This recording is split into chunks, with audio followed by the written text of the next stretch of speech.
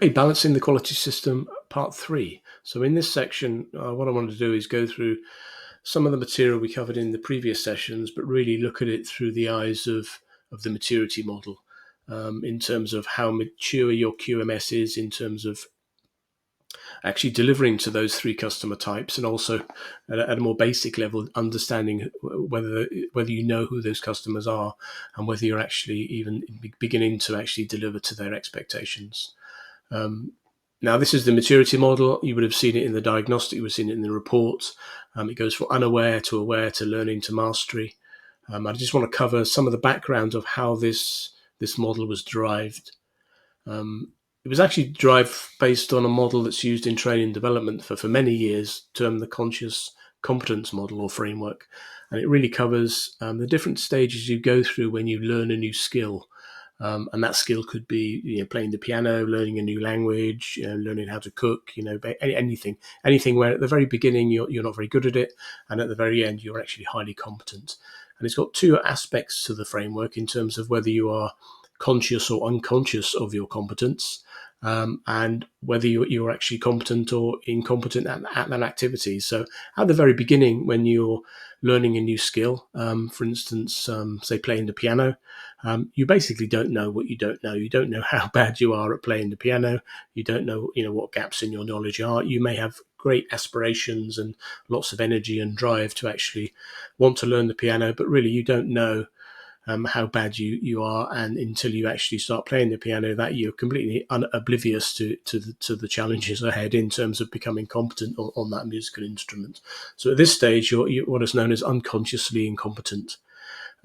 So the analogous stage within the QMS is you're completely unaware. You're completely unaware of your customers. You don't know who they are. You don't know whether you're satisfying them. And really, you don't know what you don't know. And very often a QMS in this stage, it's really quite oblivious to the deficiencies around it. It looks around itself and says, actually, I look pretty good, but actually they're completely unaware of the gaps and the deficiencies within the QMS and its ability to satisfy the business needs. Now, when you start to learn a skill, you very quickly become conscious that you're not as good as it as you hoped you might be. So this is the next stage in terms of you're consciously incompetent. You know the gaps in your knowledge. You know the things that you're now bad at. You now find that playing the piano is actually far more difficult than you expected. You're quite aware of your own deficiencies. And for a quality system in this sort of bucket, you begin to be aware of your customers. You begin to be aware of the gaps within your QS and its ability to meet or very often not meet its customer expectations. And really, you're beginning to actually understand, what are the challenges of the journey ahead in terms of increasing the maturity of your QMS to satisfy your customer needs. Now, with enough effort and passion and drive and patience, obviously, if you sort of strive at any sort of trying to learn any skill, be it a language or a musical instrument or any other sort of skill you want to pick up, with enough work, you hopefully should get to the point where you're fairly good at it. You're consciously competent. You begin to think, actually, I can play the piano. I can play some chords and I can play them in music now, or I can string some words together. I can have a conversation in a language. You become what is known as consciously competent. You start to know how good you are at that attribute, and the analogous situation in the QMS is you begin to know that, I know what the gaps are in the QMS. I know what the deficiencies are. I know that certain customers I'm not satisfying, but I'm doing something about it. I've got initiatives, endeavours to actually plug that shortfall. I'm getting to root cause of why there is a shortfall, and I'm addressing that with Kappa and activities to actually improve the situation. So you're in a learning environment. You're taking those signals from the QMS, and you're actually reacting to them, and you're actually improving. So in this sort of this third zone, you're in a good position. You're learning. The organisation is getting better and better. Now, analogous to learning a language or a skill such as playing an instrument, you get to a point where it actually becomes so easy. You become completely oblivious to how easy it is. And you've seen people that can pick up the guitar or play the piano, and it is so natural to them. They're what is known as unconsciously competent. It becomes such an easy endeavor. They just do not understand how other people, couldn't do it like that. And for them, it's just such a natural activity. This obviously is the final stage of the maturity of a quality system, where it's functioning at such a level that it's becoming very, very natural to actually understand customer needs and understand the deficiencies, that its self-improvement cycle is just completely normal. There's very little effort. There's a complete mastery of understanding how to modulate the QMS to meet customer requirements. And an analogous situation within learning a skill is, as I said, it becomes so natural that it becomes a normal activity. So this is really sort of some of the background of where the maturity model came from in terms of the four levels, because it's the same situation. Maturing a quality system is the same as learning a new skill. At the very beginning, you don't know what you don't know. You go through a series of awareness in terms of the gaps that you're suddenly aware of. You go through the next stage where you're actually beginning to, sort of take action against those gaps and improve, and then hopefully, the final stage is you're operating at such a level, it's becoming very, very natural that the quality system is integrated within the whole of the organization, and it's really firing on all cylinders and meeting all the requirements of the different customer types and stakeholders that really require the QMS to be functioning at its very best.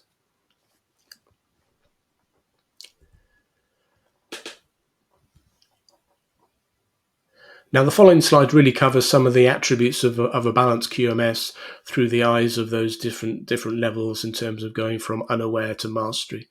Now, what the diagnostic tool does, it takes an average of the answers for each section, and it gives you an average of where an organization would sit if you scored in that sort of bucket. And as it is an average, there may be examples where you can see aspects of your organization within the bucket you've been sort of placed in, but there are some questions that actually this is a bit unfair, and actually I was doing higher in one area or lower in another. So my advice is, don't beat yourself up about that. It is an average. So sort of some of the material you'll come to see in the subsequent slides really just gives a context of an average organization in each one of these buckets, and how an average organization would look, and the things that average organization in that bucket would need to do to progress further, to move in terms of its maturity and move up through the different levels.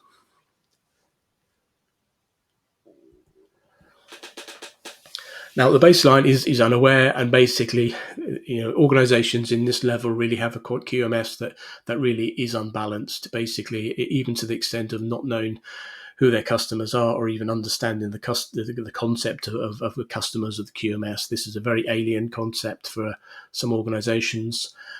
So even discussing whether their customers are being satisfied is too soon in terms of some of the basics understanding of who they are is the question they need to address. Very often, organizations have a quality system that is very focused around the quality system or quality organization itself. So a lot of the metrics that come out of the quality system describe the mechanics of the quality system actually operating, rather than the output of the quality system. An organization in this level has a very regulatory focus on its sort of its own analysis. So QSMR is actually viewed as more of a sort of a regulatory requirement that has to be done to actually tick a box, rather than a forum to really understand whether the QMS is actually delivering to the customer types. So really, the quality system management review in an organization that's in this band is very disconnected from understanding whether their customers are actually being satisfied, and the financial needs of the business is being satisfied. And obviously, to mature up through the ranking, this organization needs to start understanding who their customers are, and actually whether the metrics are actually measuring the ability of the QMS to actually satisfy the customer requirements. And also, basically, it needs to understand not just its customers, the other stakeholders within the business, whether the end-to-end customers are actually being satisfied. So really, this for an organization in this band is really about really understanding who are your customers, and really are you beginning to position yourself to start to meet those customer requirements. So very often an organization in this band, the whole concept of customers of the QMS is quite an alien um, understanding and concept, and really very often the focus is on the customers, the regulatory bodies that require us to have a QMS, and that's why we have it. So it's a very sort of immature, unaware aspect to the QMS.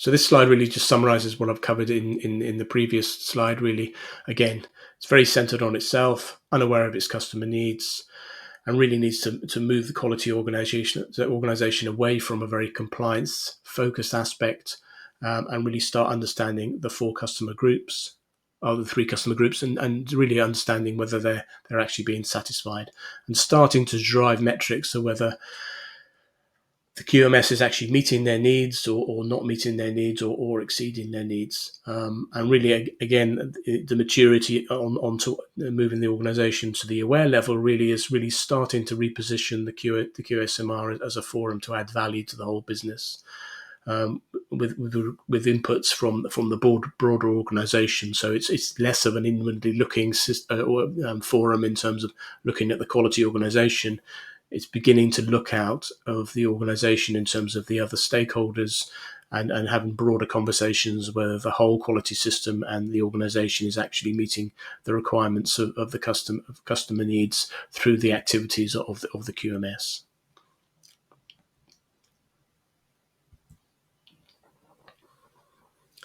So the next level is aware. So obviously, in the maturity of the QMS has improved. It's still largely unbalanced, but the organisations in this sort of bucket really are aware of the deficiency. They're beginning to connect better with the end customers and the financial needs of the business. You're beginning to get metrics that are actually beginning to point in terms of the output of the QMS to satisfy customers. But in general, the metrics are very often largely transactional, but you're beginning to be aware of this deficiency. QSMR is beginning to evolve with more stakeholders. It's still very focused on senior management. Very often there are aspects of QSMR that doesn't, at this level, doesn't have all the right players in there in terms of all of the different stakeholders. But there's generally a growing awareness of the deficiency of that forum, and really beginning to be awareness of the power of that forum to actually change and improve the quality system. Again, to continue to mature, an organization and aware needs to sort of continue its efforts in terms of questioning who its customers are, and then driving metrics whether they meet their needs. And then this growing conversation to refocus management review, to make sure you've got the right stakeholders in that forum, and that forum are actually asking the right questions about their parts of the organisation, and more globally in terms of whether the quality system is actually meeting the requirements of the customer needs, and there begins to be a conversation here about continuous improvement. What are the causes of the deficiency? So we begin to start to stray into areas of root cause analysis, and actually what's the most effective kappa to actually plug some of these deficiencies. So moving on from aware into learning is really a better understanding of the quality system in terms of what areas need to improve, and also some of the capabilities to actually drive that improvement. As I said, root cause analysis, Six Sigma, Lean, stripping out some of the waste within the QMS, using some of the approaches in terms of 5S, in terms of making sure it's in order. So some of the sort of operational methodologies we described in the previous sections are really, as an organization moves on to learning, is beginning to apply that to the quality system, and really use some of those operational sort of approaches to actually streamline the quality system and make it flow, and sort of deliver to the customers in a better way.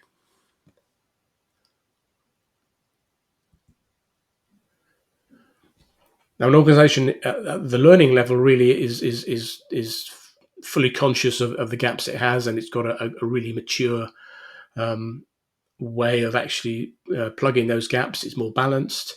It's at the learning stage. It knows who its customers are, and it knows whether they're being satisfied.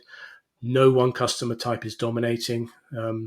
There's a real understanding of the requirements to balance the QMS to meet the three customer needs. It's when quality system management review is much broader. It's got a broader audience. It's got a better decision making process because there's the better quality data that's feeding into the organization in terms of making those sort of data driven decisions. And an organisation in learning really real evidence is putting an increased understanding of the customer needs and translating that into real action. And then beginning to understand that, as I said, and using some of the operational methodologies to strip waste out of the QMS that's preventing the quality system from delivering to the customers, and really streamlining the whole process, and not just for the customers' needs, but also for the needs of the individuals that actually needing to operate the QMS. So there really is a shift in sort of perspective in terms of an organisation that's in learning. It knows its gaps, but there's a real strong feeling and understanding that these gaps can be plugged, and there's a very strong methodology in terms of how those gaps can be closed to better provide value to the final customers.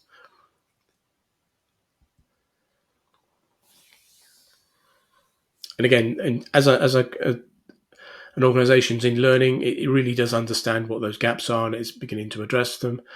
As it moves into mastery, really, it's really beginning to embed some of those methodologies that were living previously in operational areas. They're now beginning to be embedded within the quality organisation, even to the extent that the quality organisation may be the sort of custodians of some of the methodology, and may be seen as like the home of continuous improvement within the overall organisation.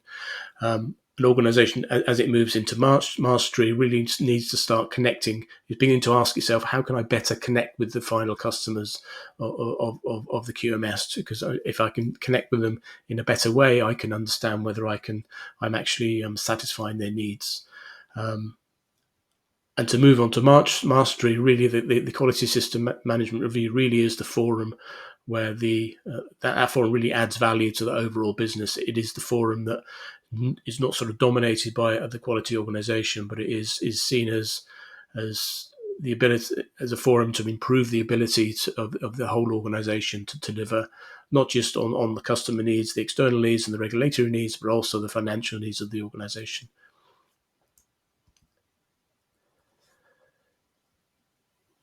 So the next level really is obviously mastery. So really, in a company in this level, really it's got a QMS that's really well balanced. It has a really deep understanding of customers and their needs. It reaches out to customers in novel ways. It continually tries to connect with the end customers to understand whether the QMS is actually delivering. It uses data to make decisions, and this is not just quantitative data. It's qualitative data in terms of the ability of the QMS to deliver. And there's a strong link between the metrics that you understand you use to actually measure the ability of your QMS to deliver, and actually there's a direct connection between that and customer satisfaction. So basically, you're not so measuring the activities and the transactions of the QMS. You are measuring things that the customers deem to be very important. A company at mastery, really, there is a commitment to the customers evident in everything that it does, in terms of it's continually looking at ways to understand customer needs better. And it's also looking at better ways to ensure the quality system is more effective and efficient. So basically, some of the methodology I described in previous sessions is really embedded within the quality, not just the quality system, but also the quality organization. And there's this continuous strive for what is known as actionable intelligence, in terms of is there data and information that's going to allow me to make wise decisions in terms of improvements to the QMS in order to satisfy the different requirements of the customer groups that we described previously.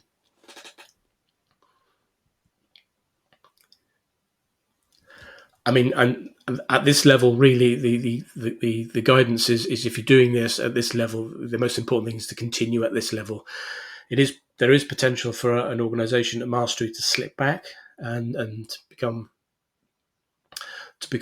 refocused on one customer type. So really, the sort of the message in this area is to really sort of try and make sure that you don't drop the ball. You keep focused on terms of driving excellence in terms of the execution of the quality system to make sure your customers are actually being satisfied in a continual manner.